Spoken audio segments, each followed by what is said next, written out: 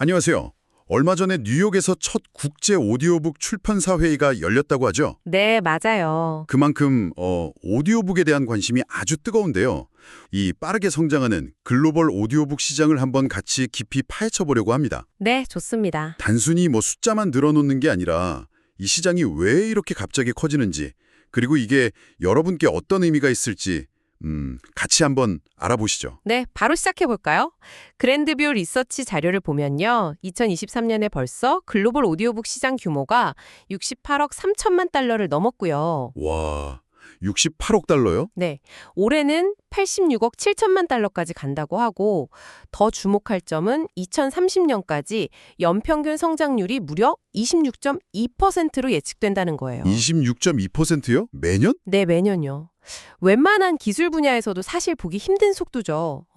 오디오가 이제 단순한 틈새 시장을 넘어서 뭐랄까 콘텐츠 소비의 주류 방식으로 완전히 자리 잡고 있다는 아주 강력한 신호로 보입니다. 연평균 26% 이상이라니 정말 놀라운 수치네요.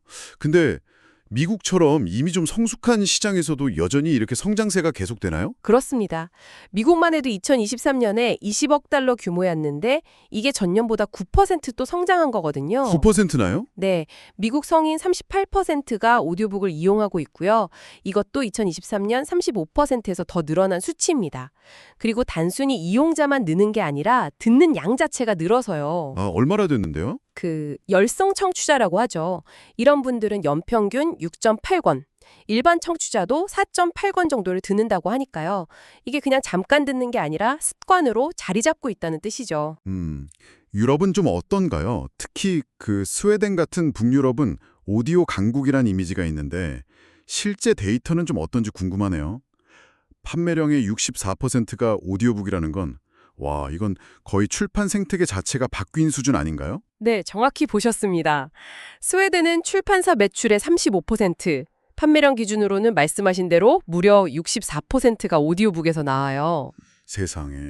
네, 단순한 트렌드가 아니라 이제 출판 산업의 핵심 동력으로 완전히 자리 잡은 거죠. 독일도 만만치 않아서 2022년 기준으로 약 3억 유로 규모였고 작년에는 인구 절반이 오디오 콘텐츠를 경험했을 정도로 아주 탄탄한 시장입니다. 이렇게 전 세계적으로 성장하는 힘이 대체 어디서 오는 걸까요? 단순히 그냥 스마트폰이 많아져서 이것만은 아닐 것 같은데요? 물론 스마트폰 보급이나 디지털 기술 발전이 아주 중요한 기반이긴 하죠. 근데 그게 전부는 아니고요. 이동 중에나 아니면 다른 일 하면서도 들을 수 있다는 그 편리성, 이게 핵심이고요. 멀티태스킹이군요. 그렇죠. 그리고 젊은 세대들이 또 오디오를 선호하는 경향이 있고, 그리고 의외로 중요한 게 스크린 타임을 좀 줄이고 싶다는 욕구입니다. 눈이 필요하니까요. 네, 특히 자녀를 둔 부모님들이 이 점을 굉장히 중요하게 생각하시더라고요. 흥미로운 지점이네요. 스크린 피로감이 오히려 오디오 시장 성장의 한 요인이 된다니. 그럼 이런 흐름 속에서 오더블이나 스포티파이 같은 큰 기업들은 어떻게 움직이고 있나요? 아주 공격적이죠. 시장을 먼저 잡으려고요. 오더블 같은 경우는 브라질 같은 신흥 시장에서는 유명인을 내레이터로 쓰고 통근자를 타켓으로 하는 그런 현지화 전략을 쓰고요. 네네. 일본에서는 유명 작가랑 협업해서 처음 진입 장벽을 좀 낮추려고 했죠. 기존 시장에서는 또 창작자 로열티 모델을 개선하기도 하고요. 스포티파이는 뭐니 해도 그 방대한 사용자 데이터랑 AI 추천 알고리즘이 가장 큰 무기입니다. 사용자 취향을 정말 깊게 파고드는 거죠. AI 얘기가 나왔네요. 기술적인 면에서는 어떤 혁신들이 좀 눈에 띄나요? 추천 말고 또 다른 역할도 하나요? 그럼요. AI는 콘텐츠 검색이나 추천은 이제 기본이고요. 제작 효율화에도 아주 깊숙이 관여하고 있습니다. 예를 들어서 누언스라는 회사가 있는데 여긴 AI 번역 지원으로 해외 콘텐츠 출시 속도를 획기적으로 높이고 있어요. 와, 번역까지요? 네. 더 나아가서는 그 스토리텔의 보이스 스위처라는 기능처럼 듣는 사람이 자기가 듣고 싶은 내레이터 목소리를 직접 선택하거나 바꿀 수 있는 기술까지 나왔습니다. 목소리를 바꿀 수 있다고요? 네. 개인의 취향에 딱 맞춰서 청취 경험을 극대화하려는 방향이죠. 와, 진짜 신기하네요. 그럼 컨텐츠나 서비스 모델 쪽은 어떤가요? 역시 구독 모델이 대세인가요? 네, 맞습니다. 2023년 기준으로 청취자의 63%가 구독 서비스를 이용하고 있어요. 이제는 소유하는 것보다 접근성이 더 중요해진 거죠. 그렇죠. 그래서 기업들은 차별화를 하려고 오리지널 콘텐츠 제작에 투자를 많이 하고 있고요.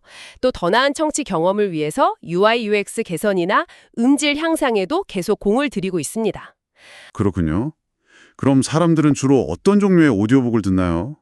여전히 소설이 강세겠죠, 아무래도. 네, 맞아요. 소설이 전체 매출의 64%를 차지하면서 아주 압도적입니다. 그중에서도 일반 소설, SF, 판타지, 로맨스 순서로 인기가 많고요. 네.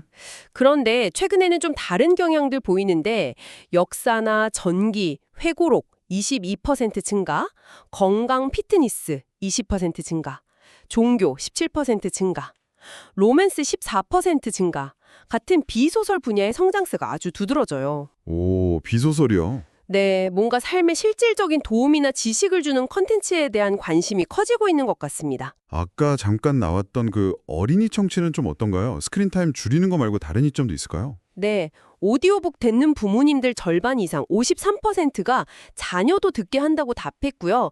가장 큰 이유 77%는 역시 말씀하신 스크린으로부터의 휴식이었어요. 네네. 하지만 그 외에도 어휘력 향상이라든지 상상력 자극 같은 교육적인 효과도 기대하는 걸로 나타났습니다. 이렇게 좋은 점들이 많지만 분명히 어려운 점도 있겠죠. 가장 큰 걸림돌은 뭘까요? 역시 불법 복제 문제입니다. 이게 참 심각한데요.